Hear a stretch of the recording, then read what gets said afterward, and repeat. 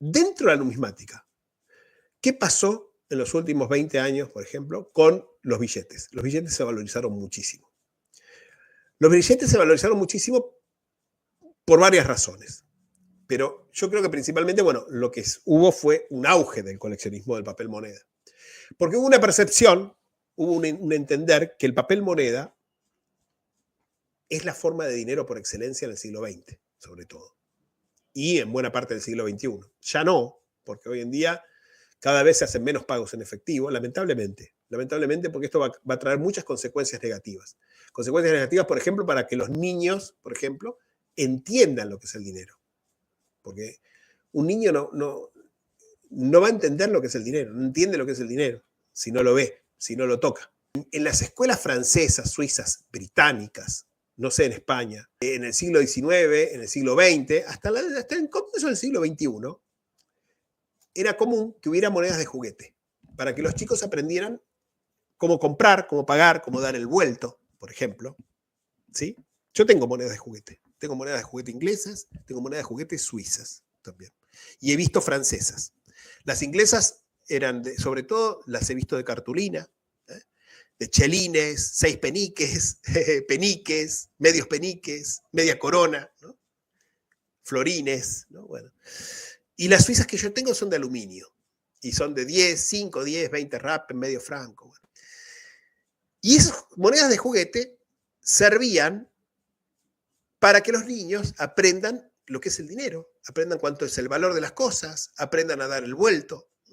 Bueno, en una app del celular, donde uno paga y transfiere, sí, todo muy simple, pero ¿la gente entiende lo que es eso?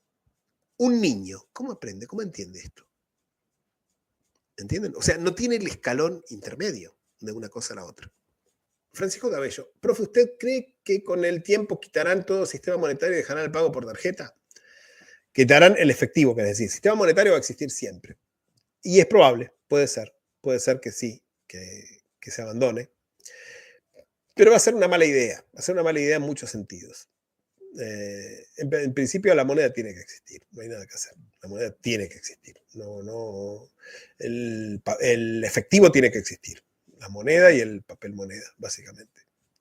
Yo diría, incluso además, cumple muchas funciones superiores a la tarjeta. Por ejemplo, la moneda y el efectivo en general es hiperdemocrático. O sea, mantiene tu anonimato, por ejemplo, en los pagos, por ejemplo. Que no tiene por qué enterarse ni un banco, ni un estado, ni nada que vos compraste una lata de Coca-Cola en una máquina, por ejemplo, o en un kiosco, o donde sea. ¿Por qué tiene que tener mis datos alguien cuando yo compro una lata de Coca-Cola? Pregunto, ¿ustedes qué les parece? ¿Es tan ilógico lo que digo? ¿Por qué un montón de gente tiene que hacerse con tus datos personales cuando vos compras una lata de Coca-Cola? O sea, si lo ven desde ese punto de vista, yo diría que es indiscutible esto, ¿no? Entonces, yo estoy en contra de la desaparición del efectivo, claramente, ¿no? Bueno, los billetes se han valorizado en buena medida justamente porque fueron, y todavía son en sí, la forma de dinero por excelencia en el siglo XX y en buena parte del siglo XXI, y todavía siguen siendo la forma de efectivo, de cash por excelencia. ¿Y qué pasó? Que los billetes, si ustedes se fijan, hasta la década de 1970 no se coleccionaban. No se coleccionaban. No había no había prácticamente coleccionismo de billetes. ¿Alguien tiene un catálogo de billetes anterior a 1970? Pregunto. ¿Alguien vio alguna vez un catálogo de billetes anterior a 1970? Yo tengo en PDF un catálogo de billetes de la hiperinflación alemana, que es una lista de precios de venta. No es un catálogo propiamente dicho, pero es una lista de precios de venta de billetes de la hiperinflación alemana del año 1928, creo que es, o 27 o 28, por ahí. Es muy interesante porque es el testimonio más antiguo que conozco de coleccionismo de billetes. Y entonces te dice, por ejemplo, qué sé yo, no sé, 10.000 marcos de 1922, nuevos sin uso, qué sé yo, te dice 25 Pfennig, 25 Reichspfennig, ¿no? En esa época. y cosas así, ¿no? 5.000 millones de marcos de, no sé, 1923, en octubre de 1923, no sé qué, tanto. Es una lista de venta de billetes. Después de ahí, yo lo más antiguo que tengo es un catálogo, es la primera edición. Miren, esta es la edición original del catálogo de Krause. Es del año 1975. Del catálogo Pick, ¿no? Este está escrito por el propio Pick, que aparece del otro lado, que era un alemán. Esta es la primera edición del World Paper Money, de la editorial Krause. Es del año 1975. ¿Qué quiere decir? Que previo a 1975 prácticamente no había coleccionismo de billetes. ¿Qué pasa entonces? Que hay billetes, fíjense, que ni siquiera, que se sabe que existieron y no existen más. Nadie los guardó. Los billetes que eran redimibles, los billetes que tenían alto valor facial y que se podían redimir, etcétera, etcétera, no los guardó nadie. No los guardó nadie. Accidentes rarísimos. Billetes se imprimieron desde el siglo XI, del siglo XI, del año 1000 más o menos. Bajo la dinastía Song del Norte. Los primeros billetes se llaman los Yaozi. Yaozi. Bueno, los Yaozi son del año 9 y pico, 1000, más o menos, del año 1000, más o menos, ¿no? Eran privados. Bueno, no se conserva ninguno, pero se sabe que existían porque aparecen dibujos de esos billetes en libros chinos de historia, de antiguos, antiguos.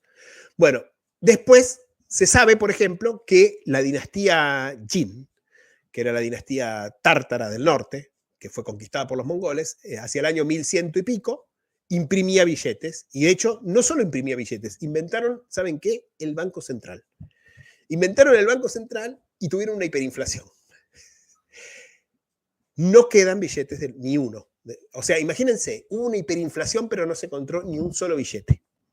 O sea, hubo billetes para empapelar paredes y no quedó ninguno. Sí quedaron planchas de billetes, planchas de bronce para imprimir los billetes, ¿entienden? Eso sí se conserva. Hay una que se vendió, se subastó en una subasta de Sping Taisei, que la tengo, que es muy impresionante, y hay otro en el museo, hay otro que yo conozco, ¿no? Seguramente en los museos chinos también debe haber. Y hay otra en el Museo del Dinero de Tokio. Se conservan planchas y hubo billetes para empapelar paredes, porque hubo una hiperinflación en el Imperio Jin, pero no quedó ni un solo billete. Los billetes más antiguos que se conservan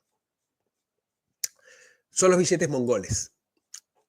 ¿Cómo se conservaron? Se conservaron porque los mongoles eran muy budistas y adentro de las estatuas ponían como ofrendas, ¿vieron cómo se hace también? Que hacen un rollito con el billete y lo meten. Bueno, adentro de estatuas antiguas, budistas, chinas, del siglo XIII, XIV, más o menos, la época mongol de China, dinastía Yuan, se encontraron billetes. Y son los rarísimos billetes hechos percha, destruidos, totalmente comidos y qué sé yo, son los únicos billetes que se conservan originales. Después sí se conservan un montón de planchas, porque los yuan también, los mongoles de China, el dominio mongol de China también imprimieron billetes a cagar. O sea, en gran cantidad. Marco Polo, además, da el testimonio de que todo era con billetes, cuando fue él, básicamente. De hecho, las monedas de bronce, las únicas monedas que hay, que son de bronce, de la dinastía Yuan, son monedas que se emitieron generalmente solamente el año en que se hizo una reforma monetaria y se le sacó ceros al billete, al dinero, digamos, y se introdujeron entonces una nueva serie de billetes y los valores bajos en monedas. Monedas que al poco tiempo la inflación se las comía y desaparecían, digamos. ¿Entienden? Bueno, los billetes comunes, entre comillas, antiguos chinos que se ven siempre son los de la dinastía Ming. Es el billete de un yuan. Los Ming también tuvieron una hiperinflación impresionante. Y encima el billete de un yuan se imprimió durante casi 100 años. Entre 1360 y pico, 68 por ahí, y 1400 también, fines del siglo XV, y se imprimió siempre igual, siempre idéntico. Entonces, sí, así que, bueno, eso sí, en 1930 y pico, 36, creo, 35, 34, cuando se demolió oficialmente la muralla medieval de la ciudad de Shanghái, se encontró un caché de esos billetes, un caché enorme, con miles, cientos de fajos de a 100, cientos de fajos de a 100, que los obreros que derrumbaron esa muralla empezaron a sacar y que vendían por 2 centavos, 2 cobres, 20 cash a la gente que pasaba, le vendía los billetes de a 1 por 2 cash, por 20 cash, por 2 centavos, por 2 feng, digamos, ¿no? A la gente que pasaba por ahí. Ya me hubiera gustado a mí pasar y comprarme uno, porque es una de las cosas que yo sueño tener, de los originales, ¿no? Obviamente que falso hay, pero a cagar, ¿no? Pero son billetes que, digamos, son caros, son caros. Bueno, pero sin irnos tan lejos en el tiempo, a los billetes medievales y qué sé yo, hay muchos billetes que no sobrevivieron, billetes del siglo XVII, XVIII, en Inglaterra. Ha habido billetes de inflaciones, los billetes de John Law, por ejemplo, que fueron billetes en buena medida inflacionarios. Hoy en día un billete de John Law vale $1.000, 1.000 euros más o menos, de los franceses, ¿no? Los que este economista escocés que introdujo el papel moneda en Francia a principios del siglo XVIII hizo emitir, ¿no? Y esos billetes valen 1.000 euros más o menos. O sea, imagínense, hizo un billete que fue un problema porque fue una emisión gigantesca, una hiperinflación también, una inflación, no hiperinflación, pero una inflación, etcétera, etcétera, etcétera, etcétera. En cambio, incluso en época muy reciente, hay muchos billetes que nadie guardó. Hay billetes norteamericanos, por ejemplo, del siglo XIX, etcétera. Se conocen 2, 3, 1. Son imposibles. Hay billetes, además, certificados de oro, de $1.000 y cosas así, de $10.000, cosas así que, o sea, es imposible. O sea, ¿quién corno iba a guardar un certificado de oro de $10.000? Con el cual te compraba 10 casas, básicamente, ¿no? Te compraba 10 pisos en Nueva York en esa época, más o menos. O sea, o 5, póngale. No sé.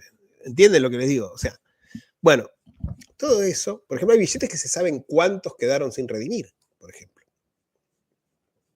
Ahora, Ramón estaba empezando a coleccionar billetes africanos y yo le decía a Ramón, hoy en día los billetes africanos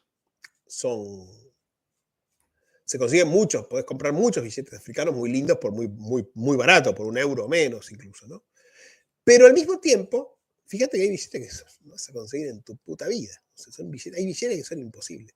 Las libras, por ejemplo, de Malawi, de Gambia, de Gambia, no sé, sí, de Gambia también, de Zambia, las libras antes de la introducción de la moneda nacional y los primeros billetes de las monedas nacionales, o sea, no los vas a tener nunca.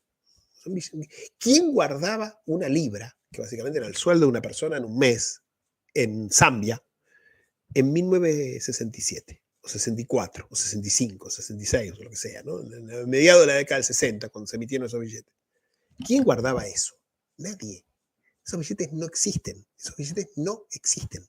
No existen. O sea, si conseguís uno, va a estar o hecho polvo o va a ser una prueba, va a ser ¿cómo se dice? Campeone, como dicen los tanos, ¿cómo se dice? Una muestra. Una muestra cancelada, digamos, ¿no? Encontrar un billete emitido. Sí, a veces cuando, qué sé yo, las empresas tipo Bradbury Wilkinson o Thomas de la Rue, qué sé yo, desarman los stocks de muestras y qué sé yo, y sí, salen a la venta. Obviamente hay 1 o 2 de cada uno, ¿no? También son rarísimos, pero bueno. Pero es que de otra manera no existen esos billetes. Entonces los billetes, por ejemplo, el papel moneda es una cosa que yo he notado que en algunos casos ha aumentado tanto como la moneda antigua, en muchos casos, ¿eh? Después hay billetes que no valen nada, que sin valer nada, que siguen siendo, qué sé yo. Hay billetes hermosos que no valen nada. Los billetes estos de 100 riel, de 500 riel, de Camboya, de los años 50, 60, que en realidad son impresos, o sea, son diseñados, son introducidos en los años 50, 60, pero en realidad se imprimieron y se emitieron hasta los años 70. Quedaron saldo, quedaron paquetes de eso, quedaron fajos, básicamente. Y esos son billetes que puedes comprarte por €1 y son billetes espectaculares, grabados, impresos en De La Rue, en Giscun de Vriend, ¿no? En mejores fábricas del mundo de billetes, en grabados multicolor, grabado, no offset, o sea, una calidad impresionante, ¿no? Es así, es muy aleatorio. Un billete que ustedes tienen en la mano puede valer una fortuna o puede no valer nada, digamos. Y de la misma época, y qué sé yo. Hay billetes relativamente modernos, como les digo, porque hasta la década del 70 prácticamente nadie coleccionaba billetes. Obviamente empezó a aparecer el catálogo de Krause, qué sé yo, los billetes empezaron a subir de precio. Y el billete algo muy positivo, primero que, bueno, además se puede guardar, ocupa mucho menos lugar, pero además tiene lo como positivo que nunca fue algo tan especulado como la moneda. Porque la moneda moderna, por ejemplo, se ha tendido a hacer también todo lo que es la moneda conmemorativa, qué sé yo, que a eso me voy a dedicar también.